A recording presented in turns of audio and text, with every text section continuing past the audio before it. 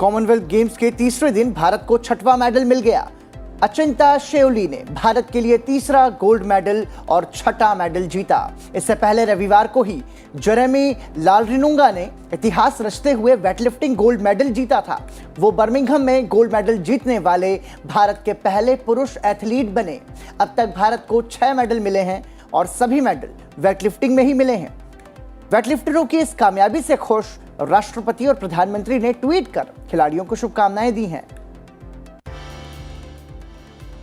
प्रधानमंत्री नरेंद्र मोदी ने रविवार को 51वीं मन की बात कार्यक्रम के माध्यम से देश को संबोधित किया। जहां एक ओर उन्होंने स्वतंत्रता सेनानी उधम सिंह को याद किया, तो वहीं आजादी की 75वीं वर्षगांठ पर अमृत महोत्सव का भी जिक्र किया।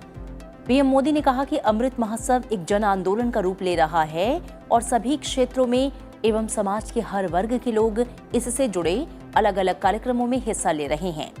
प्रधानमंत्री ने हर घर तिरंगा अभियान का उल्लेख किया और लोगों से 13 से 15 अगस्त तक अपने घरों में तिरंगा फहराकर इस आंदोलन का हिस्सा बनने का भी आग्रह किया।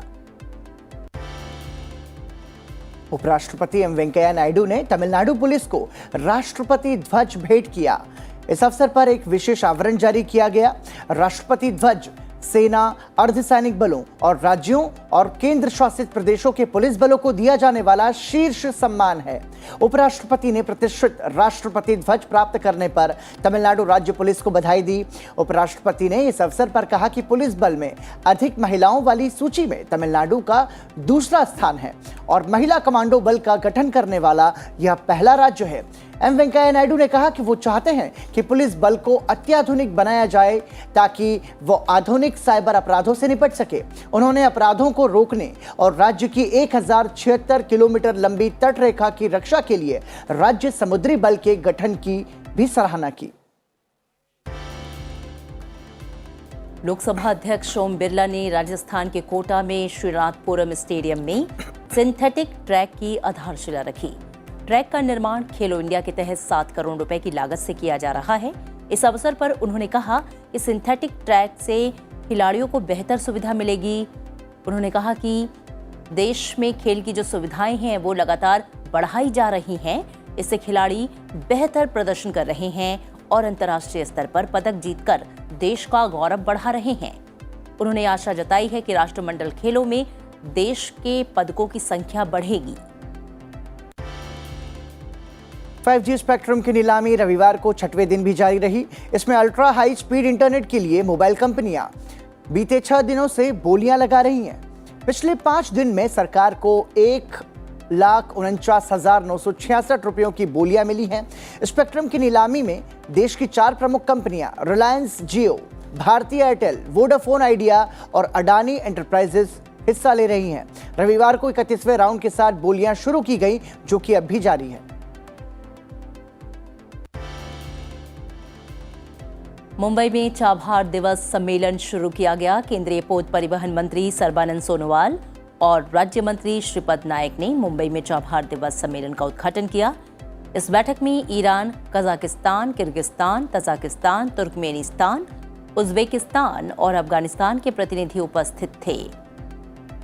चाबहार बंदरगाह भारत के हिंद प्रशांत क्षेत्र को यूरेशिया और हिंद महासागर क्षेत्र के साथ जोड़ने का मुख्य स्तंभ है। ये बंदरगाह भारत को जोड़ने वाले अंतर्राष्ट्रीय उत्तर दक्षिण परिवहन नेटवर्क का भी अंग है। इस व्यापार मार्ग के खुलने से भारत और यूरेशियाई देशों के लिए नए रास्ते खुलेंगे। केंद्र सरकार ने कोरोना की तरह मंकीपॉक्स संक्रमण को लेकर भी एक टास्क फोर्स का गठन किया है, जो बीमारी की रोकथाम, जांच, उपचार और टीकाकरण को लेकर दिशा निर्देश तय करेगी। न्यूज एजेंसी ANI के अनुसार केंद्रीय स्वास्थ्य मंत्रालय की ओर से जारी आदेश में कहा गया है कि नीति आयोग के सदस्य डॉक्टर VK पॉल की निगरानी में 5 सदस्यीय टास्क फोर्स का गठन किया गया है।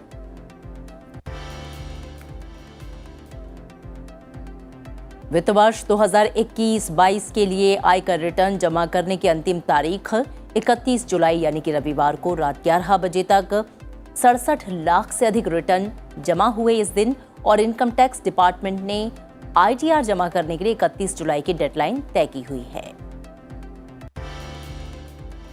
उपराष्ट्रपति ने चेन्नई में डॉक्टरों के एक प्रतिनिधिमंडल से मुलाकात की।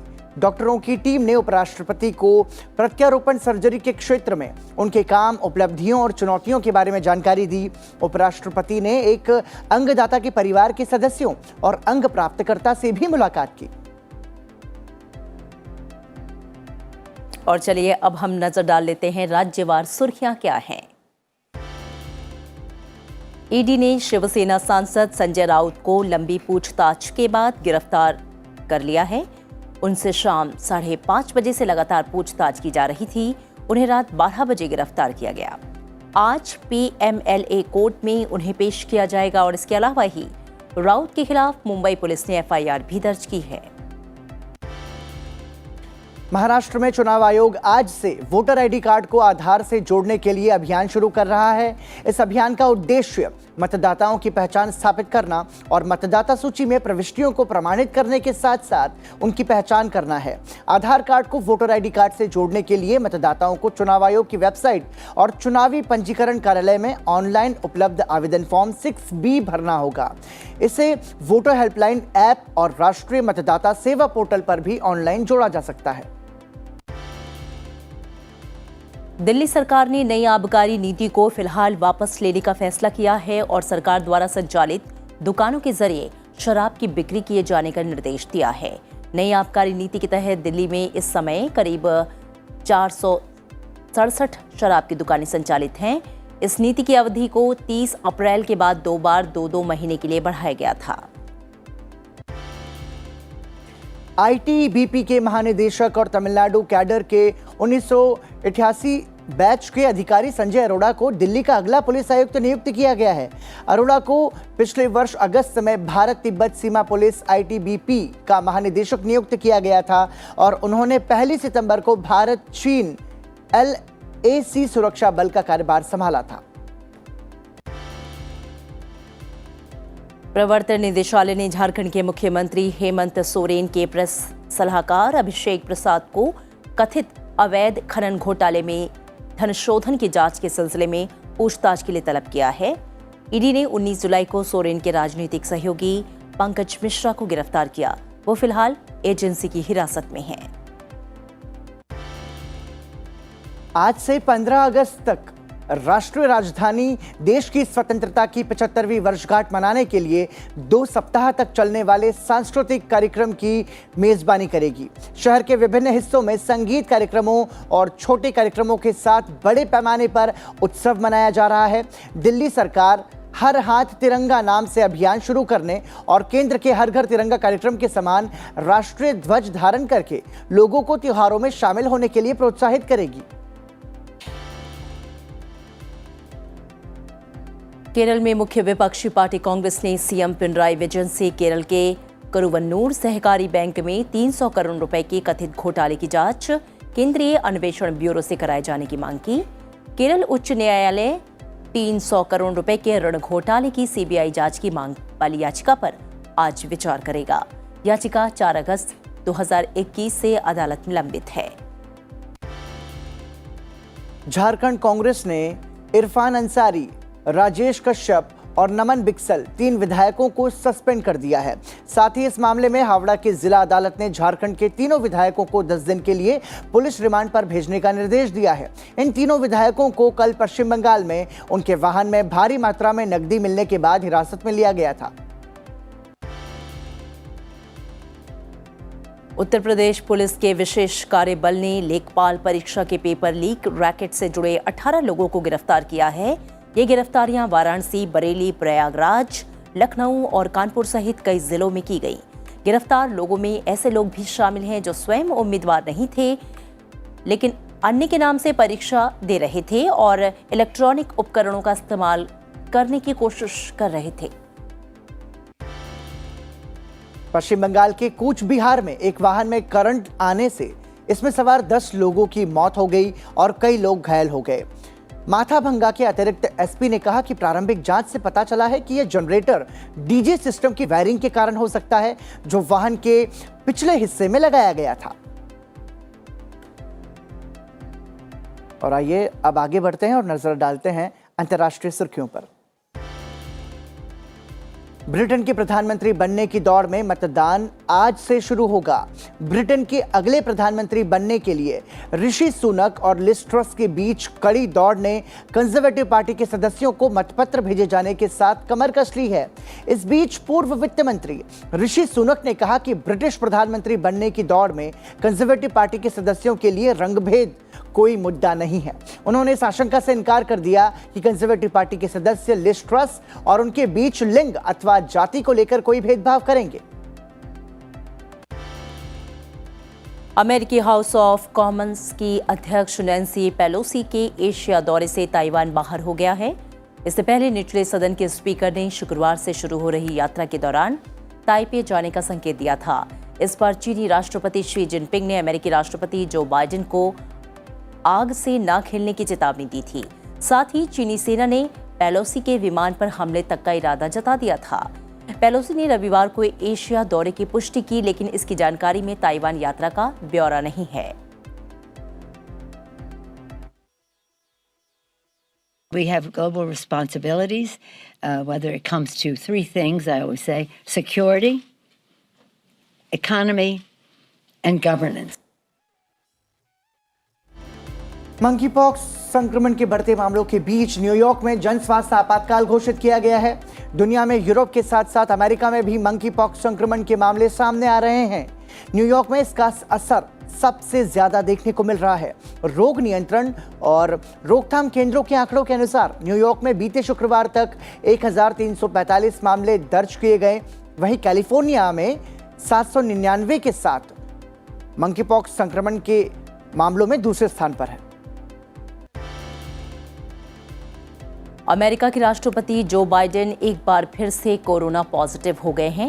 व्हाइट हाउस के फिजिशियन डॉक्टर केविन कॉनर ने इसकी पुष्टि की। हालांकि उनमें वायरस के कोई लक्षण नहीं है और वो अब ठीक महसूस कर रहे हैं। डॉक्टर के अनुसार ये रिबाउंड का केस है जो काफी कम देखा गया है। अब बाइडेन कम से कम 5 दिनों तक आइसोलेशन में रहेंगे। 4 दिन पहले ही बाइडेन ने कोरोना को मात दी थी। रूस ने यूक्रेन के दक्षिण में तटीय शहर माइकोलीव में गेहूं के खेतों को बमों से पाट दिया। वहीं यूक्रेन ने क्रीमिया के पास काला सागर में नौसैनिक बेस पर ड्रोन हमला किया, जिससे वहां आयोजित होने वाला नौसेना दिवस कार्यक्रम रद्द हो गया। रूस के मुताबिक यूक्रेनी हमले में 5 लोग घायल हुए। रूसी हमलों में यूक्रेन में गेहूं की सैकड़ों एकड़ फसल बर्बाद हो गई। पाकिस्तान के बलूचिस्तान प्रांत के कई इलाकों में भूकंप का झटका महसूस किया गया। रिक्टर स्केल पर इसकी तीव्रता 5.6 महसूस की गई। भूकंप का केंद्र बलूचिस्तान के पासनी से 17 किलोमीटर दूर था। अफ्रीकी देश जिम्बाब्वे में भी श्रीलंका की तरह विदेशी मुद्रा संकट पैदा हो गया है। देश की अर्थव्यवस्था की हालत लगातार खराब होती जा रही है। महंगाई बेकाबू हो गई है और डॉलर के मुकाबले स्थानीय मुद्रा जिम्बाब्वियन डॉलर गिरावट के नए रिकॉर्ड बना रही है। इससे निपटने के लिए सरकार ने सोने का सिक्का लॉन्च किया है। सोने के इन सिक्कों को मोसियोतुनिया नाम दिया गया है। 22 कैरेट सोने के इन सिक्कों पर विक्टोरिया फॉल्स की तस्वीर बनी हुई है। There is no another better product that can be used as a store of value other than gold. And therefore it means that we do respect the people of Zimbabwe. We know what you've been going through in terms of the fear factor of losing value. And therefore we are providing this gold coin. It's a genuine gold coin to ensure that at least you will save and you invest there. चीन का 23 ton वजनी rocket अंतरिक्ष में बेकाबू होकर हिंद और प्रशांत महासागर के ऊपर धरती पर गिर गया।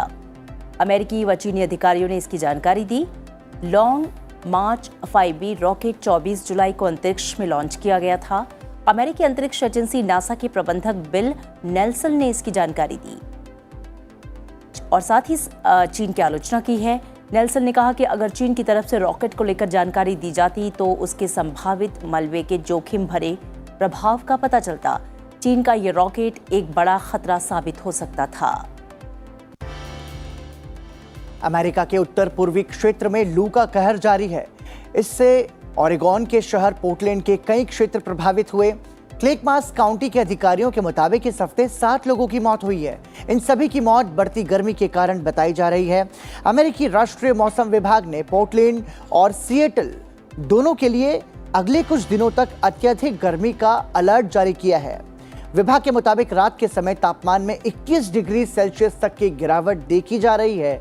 इस सप्ताह के अंत तक लू से कुछ हद तक राहत मिलने की उम्मीद है।